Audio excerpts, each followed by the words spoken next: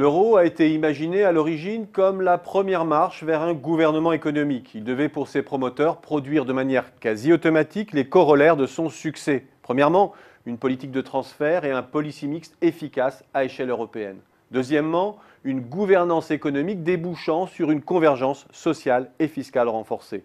Troisièmement, une intensification des flux commerciaux croisés sur le grand marché, bénéficiant à tous. Quatrièmement, la disparition du risque de change, facilitant ainsi le drainage des capitaux vers les régions en retard de développement. Autrement dit, l'euro devait produire de manière quasi automatique de la convergence réelle. Que reste-t-il de tout cela presque 12 ans après ?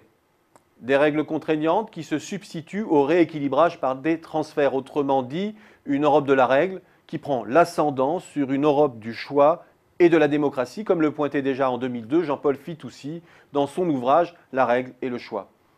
Ensuite, un processus de rattrapage qui s'est enrayé depuis 10 ans et qui vire peu à peu en un engrenage de divergence. Les écarts de PIB par habitant se creusent de façon alarmante entre cœur et périphérie depuis 2005.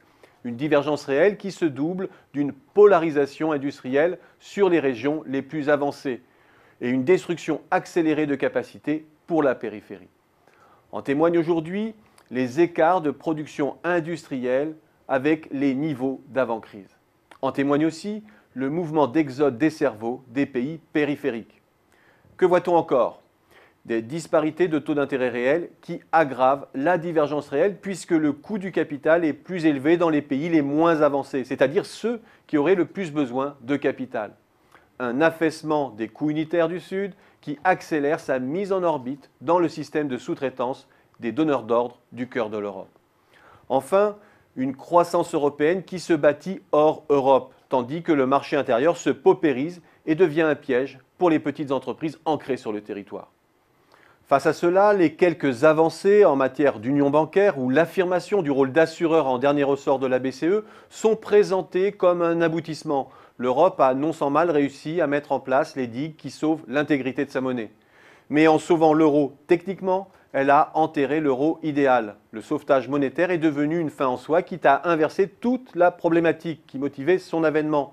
L'économie réelle a été mise au service de l'euro quand l'euro devait être l'instrument de l'économie réelle.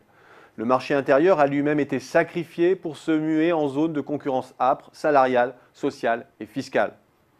Face à cette perte de sens, l'absence de vrai débat, ou du moins sa capture par les seuls partis populistes, est un désastre. Non que la solution soit nécessairement une explosion de la zone, mais éluder le problème est sans conteste le pire des services à rendre à l'euro et à l'Europe. En mythifiant les super-pouvoirs présumés d'un super Draghi qui sauve l'euro sans sauver l'Europe, la seule chose que l'on sème, c'est une crise politique qui se greffe sur une crise sociale. Pour plagier à nouveau le titre d'un autre ouvrage de Jean-Paul Fitoussi, il est des débats qu'il vaudrait mieux ne pas interdire.